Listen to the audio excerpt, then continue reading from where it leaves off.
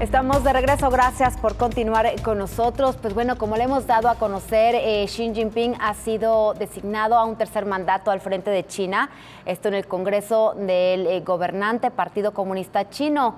Y de acuerdo a los expertos, pues llega a este tercer mandato con más poder que nunca. ¿Qué significa tanto para su país como para el mundo?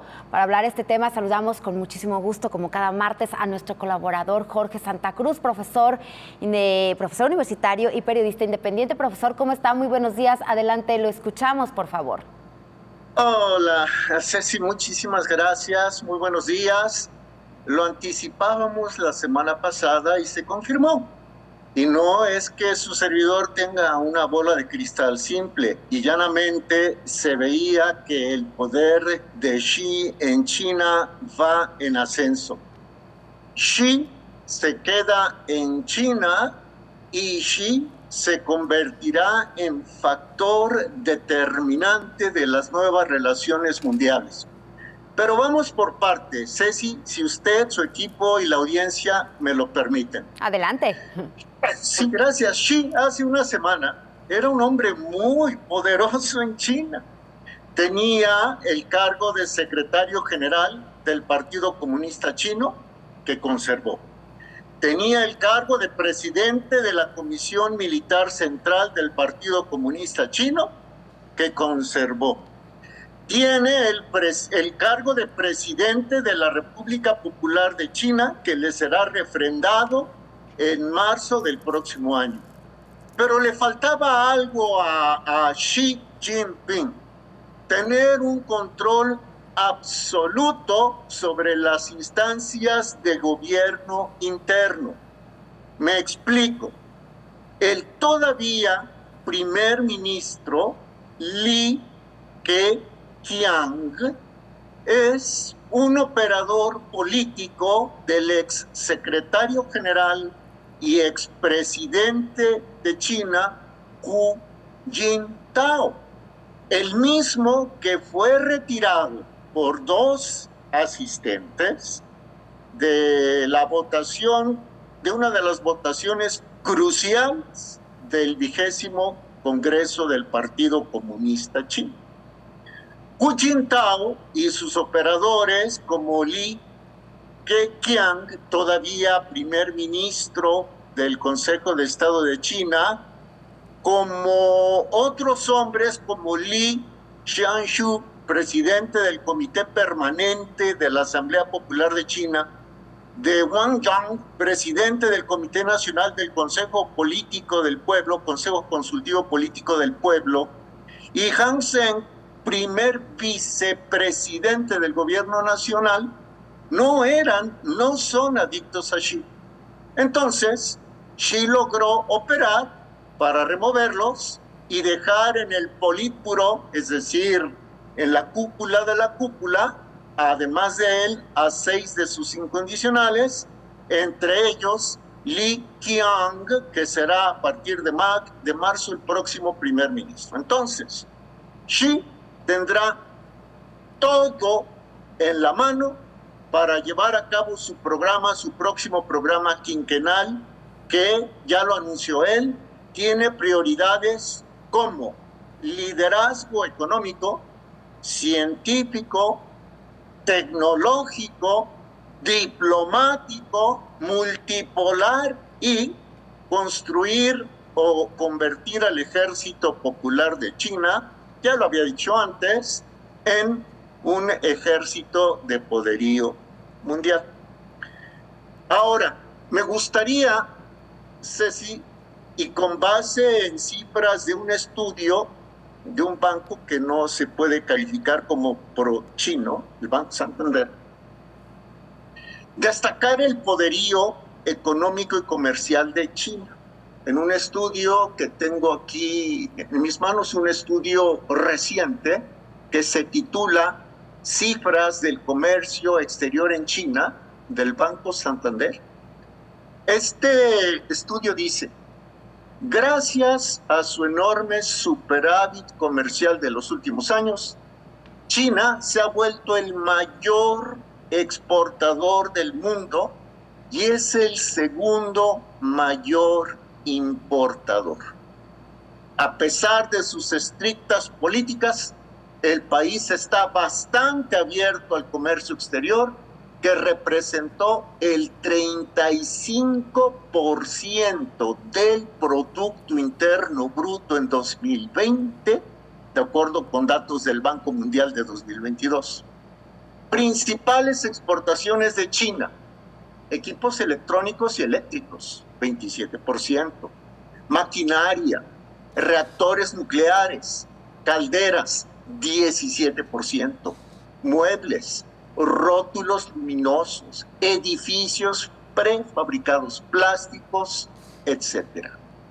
Y por otro lado, el país importa principalmente equipos electrónicos y eléctricos, también combustibles, minerales, ahí tiene como aliado preponderante Rusia, aceites, productos de destilación, maquinaria, reactores nucleares también, calderas, etc. El Fondo Monetario Internacional, y con esto concluyo, Ceci, prevé un repunte de la economía del 5.7% este año.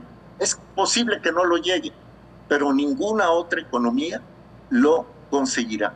Entonces, Xi se convierte en árbitro internacional cuando, por ejemplo, en Gran Bretaña el liderazgo oscila. Usted ha informado del relevo en Downing Street número 10, cuando los demócratas están en el umbral de perder las elecciones de medio término del 8 de octubre y cuando pues Rusia está muy feliz porque finalmente el aliado del presidente Putin, Xi Jinping, se consolida como el hombre más poderoso de China de todos los tiempos. Ceci, espero haber expuesto con claridad. Claro que sí, profesor. Algunas preguntas, si me lo permite, vamos por partes también. ¿Cómo es elegido Xi Jinping en este tercer mandato? ¿Había otros candidatos? ¿Tenía rivales o era únicamente él? ¿Cómo funciona este proceso ahí en China? Otro es que ¿qué diferencias encontraremos en este tercer mandato con los otros dos anteriores? Y usted mencionaba pues que bueno, en su discurso el presidente de China, Xi Jinping, pues pronunciaba la palabra multipolar. ¿Cómo lo podemos entender en palabras del presidente chino? Sí, claro. En realidad la elección la controló Xi Jinping. No había una persona que le rivalizara. Es más, el periódico, le voy a dar el nombre de un periódico que es un periódico importante en el sur de China, se llama el South China Morning Post. Este periódico publicó que Xi Jinping supervisó las listas de candidatos a integrar el Politburó, o sea, la cúpula de la cúpula del partido chino, que los supervisó esa lista y que mandó incluso verificar sus patrimonios económicos, sus trayectorias políticas, para asegurarse de que no tuviera corrupción. Entonces, él controló la elección. Ahora, ¿cómo queda la estructura del Partido Comunista Chino? El Partido Comunista Chino tiene una cabeza estructural que se llama Politburó, y en ese Politburó figuran 7 personas. La más importante es el secretario general, y ese cargo lo tiene Xi Jinping, y los otros 6 los puso él, y se deshizo de quienes estaban en el comité central, porque es el Partido Comunista que tiene 97 millones de adeptos. Luego viene el comité central, que es como un filtro, y dentro de la elección en el comité central a la que usted se refiere, se eligió a los 7 del Politburó, y esa elección la dirigió, la supervisó el presidente y secretario general Xi Jinping. Ahora, ¿cuál será la diferencia con respecto a lo anterior? Bueno, Xi estuvo ocupado en 2 tipos de agendas. Una, la nacional, tratando de controlar la pandemia, porque la pandemia donde golpeó primero fue en China. ¿Sabe usted que hay incluso, no las respaldo, simplemente las menciono, especulaciones de que la pandemia tuvo como destino debilitar a China? Así es. No me consta ni lo aseguro. Y por el otro, deshacerse de Hu Jintao, que era una sombra para él.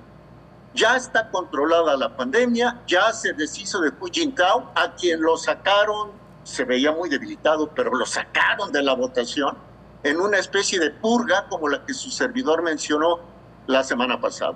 Ahora, vamos a lo externo. En los trabajos del 20º Congreso del Partido Comunista Chino, y voy a citar textual, Xi Jinping dijo, entre otras cosas, lo siguiente: promoveremos la construcción de nuevas relaciones internacionales. Y él será el eje de esa construcción. La participación activa, China participará activamente en la reforma y construcción de un sistema de gobernanza global. Eso quiere decir que China quiere intervenir a través de Xi, o Xi utilizará a China para diseñar un nuevo tipo de gobierno a nivel mundial. Profesor, con esto nos despedimos. Desafortunadamente el tiempo se nos terminó. Muy interesante. Como siempre, le mandamos un abrazo y nos vemos la próxima semana. Muchísimas gracias al profesor Jorge Santa Cruz por su colaboración.